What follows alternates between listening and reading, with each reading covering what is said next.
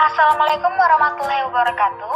Hai teman-teman, kami dari kelompok 7 akan membawakan materi tentang jasa di pasar modal yang dipandu oleh Bapak Dr. Anas Iswanto Anwar, SEMA Selaku.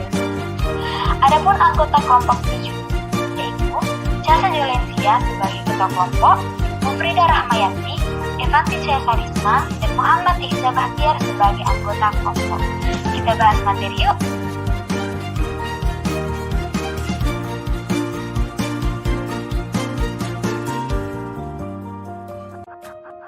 Pengertian pasar modal.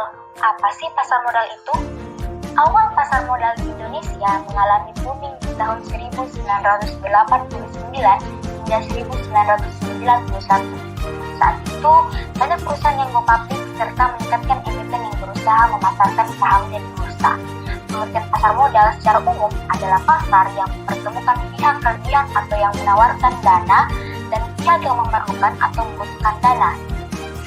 Apa yang ditawarkan oleh pihak kelebihan dana yaitu perdagangan surat-surat berharga seperti saham, ekuitas, surat pengakuan hutang, obligasi, dan surat berharga lainnya yang diterbitkan oleh pemerintah maupun perusahaan swasta dengan memanfaatkan jasa perantara. Terdapat beberapa jasa di pasar modal. Yang pertama, penjamin emisi atau underwriter. Apa sih penjamin emisi itu? Penjaminan emisi adalah kegiatan pendukung transaksi pasar uang atau pasar modal oleh pihak yang turut menjamin dan bertanggung jawab apabila terjadi wanprestasi dari pemilik proyek atau emiten. Bagaimana cara kerja underwriter? Underwriter bekerja dalam senyap, tapi memiliki hasil nyata berupa persetujuan atau penolakan permohonan kredit atau asuransi yang diajukan calon nasabah. Proses underwriting melalui beberapa tahap sebagai berikut. Yang pertama, pengumpulan informasi. Pengumpulan informasi sebagai tahap pertama dalam proses underwriting dimulai ketika calon nasabah mengajukan permohonan pinjaman atau kredit. Tahap kedua, verifikasi data. Jika seluruh informasi tentang calon nasabah telah terkumpul lengkap, maka proses dilanjutkan dengan melakukan verifikasi data. Proses verifikasi data ini bisa dilakukan secara manual maupun elektronik. Selanjutnya, pada tahap ketiga, yaitu apresial atau penilaian agunan. Setelah proses verifikasi data calon nasabah selesai tanpa kendala berarti, underwriter bisa melanjutkan proses underwriting ke tahap apresial, yaitu penilaian atau penaksiran nilai agunan. Tahap keempat, analisis keuangan nasabah. Tahap berikutnya, bank selaku underwriter melakukan analisis keuangan dari calon nasabah. Tujuannya untuk menghitung dan mengetahui rasio utang atas pendapatan yang dimiliki nasabah. Nah, tibalah pada tahap terakhir, yaitu pada tahap putusan. Tahap terakhir adalah pengambilan keputusan apakah menyetujui ataukah menolak permohonan pinjaman yang dilakukan oleh calon nasabah. Jika bank selaku underwriter menilai bahwa calon nasabah memiliki kelayakan untuk mendapatkan pinjaman, maka pinjaman disetujui. Demikian pula sebaliknya. Jasa yang kedua di pasar modal yaitu penjamin atau guarantor. Apa sih itu penjamin atau guarantor? Penjamin atau guarantor adalah orang yang berjanji untuk membayar pinjaman apabila peminjam tidak dapat memenuhi pembayarannya. Penjamin secara hukum bertanggung jawab atas utang tersebut. Penjamin juga dapat diartikan sebagai lembaga penengah antara si pemberi kepercayaan dengan si penerima kepercayaan. Jenis-jenis penjamin atau guarantor. Ada dua macam penjamin atau guarantor. Yang pertama penjamin perseorangan dan yang kedua penjamin kebendaan. Apa sih jaminan perorangan itu?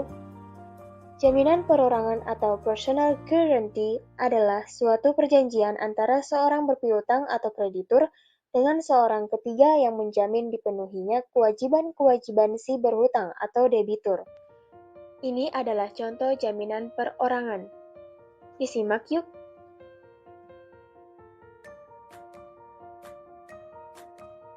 Bank Z memberikan kredit sebesar 2 miliar rupiah kepada PT X berdasarkan perjanjian kredit dengan jangka waktu 1 tahun. Untuk menjamin atau menanggung pelunasan utang PT X kepada Bank Z meminta kepada pihak ketiga yaitu komisaris bernama A dan direktur bernama B untuk menjadi penjamin atau penanggung utang PT X. Kemudian, Bank Z mengadakan perjanjian penjaminan atau penanggungan utang dengan A dan B untuk menjamin dan menanggung utang PT X jika PT X lalai membayar utangnya. Jenis jaminan yang kedua ialah jaminan kebendaan. Apa sih jaminan kebendaan itu? Jaminan kebendaan ialah jaminan yang objeknya berupa baik barang bergerak maupun tidak bergerak, yang khususnya diperuntukkan untuk menjamin utang debitur kepada kreditur apabila di kemudian hari debitur tidak dapat membayar utangnya kepada kreditur. Sebagaimana yang telah disebutkan, benda debitur yang dijaminkan bisa berupa benda bergerak maupun benda tidak bergerak. Dan telah teman-teman lihat di gambar, untuk benda bergerak dapat dijaminkan dengan gadai dan fidusia. Sedangkan untuk benda tidak bergerak, khususnya tanah beserta benda-benda yang berkaitan dengan tanah, dibebankan dengan hak tanggungan. Dalam Undang-Undang Republik Indonesia Nomor 4 Tahun 1996 tentang hak tanggungan atas tanah beserta benda-benda yang berkaitan dengannya. Dan untuk benda tidak bergerak bukan tanah seperti kapal laut dengan bobot 20 meter kubik atau lebih, dan pesawat terbang serta helikopter dibebankan dengan hak hipotek. Wali amanat atau trustee. Wali amanat adalah pihak yang mewakili kepentingan pemegang efek yang bersifat hutang. Kegiatan usaha sebagai wali amanat dapat dilakukan oleh bank umum dan pihak lain yang ditetapkan oleh peraturan pemerintah. Jadi, wali amanat adalah pihak yang mewakili kepentingan pemegang efek yang bersifat hutang. Salah satu tugasnya adalah mewakili kepentingan para pemegang efek bersifat hutang, baik di dalam maupun di luar pengadilan sesuai dengan kontrak perwali amanatan dan perundang-undangan. Untuk dapat menyelenggarakan kegiatan usaha sebagai wali amanat, bank umum atau pihak lain wajib terlebih dahulu terdaftar di Otoritas Jasa Keuangan atau OJK. Perantara pedagang efek pialang atau broker. Dalam Kamus Besar Bahasa Indonesia, pialang adalah perantara dalam kegiatan jual beli atau biasa kita sebut makelar. Kewajiban dari pialang yaitu mendahulukan kepentingan nasabah sebelum melakukan transaksi untuk kepentingan sendiri. Dalam memberikan rekomendasi kepada nasabah untuk membeli atau menjual efek, wajib memperhatikan keuangan nasabah dan maksud serta tujuan investasi dari nasabah. Membubuhi jam, hari, dan tanggal atas semua pesanan nasabah pada formulir pemesanan. Memberikan konfirmasi kepada nasabah sebelum berakhirnya hari bursa setelah dilakukan transaksi. Menerbitkan tanda terima setelah menerima efek atau uang dari nasabah. Menyelesaikan amanat jual beli dari pemberi amanat. Menyediakan data dan informasi bagi kepentingan pemodal, dan memberikan saran kepada para pemodal.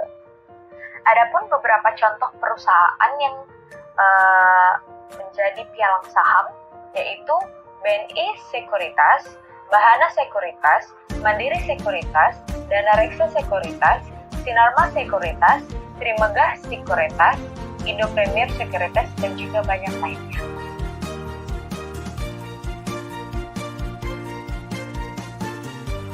Investment company adalah perusahaan investasi atau badan usaha yang dimiliki baik secara pribadi maupun publik yang dikelola, jual, dan melakukan kegiatan investasi untuk umum. Mereka biasanya menawarkan investor berbagai dana dan investasi yang termasuk manajemen portofolio, pencatatan, kustodian, hukum, akuntansi jasa, manajemen pajak.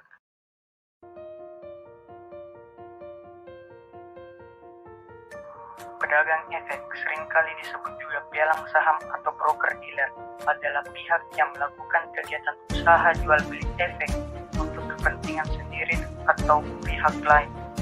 Efek yang diperjualbelikan dapat berupa saham, obligasi, reksadana, atau produk derivatif lainnya. Untuk dapat melakukan perdagangan pada suatu bursa efek, perantara pedagang efek tersebut umumnya harus terdaftar sebagai anggota pada bursa efek yang bersangkutan. Ketentuan keanggotaan suatu bursa efek biasanya ditetapkan oleh otoritas bersama self-regulatory organization di mana bursa efek berada. Di Indonesia, SRO Bursa Efek adalah Bapepam dan Bursa Efek Indonesia serta ditunjang oleh KPED dan KSEI.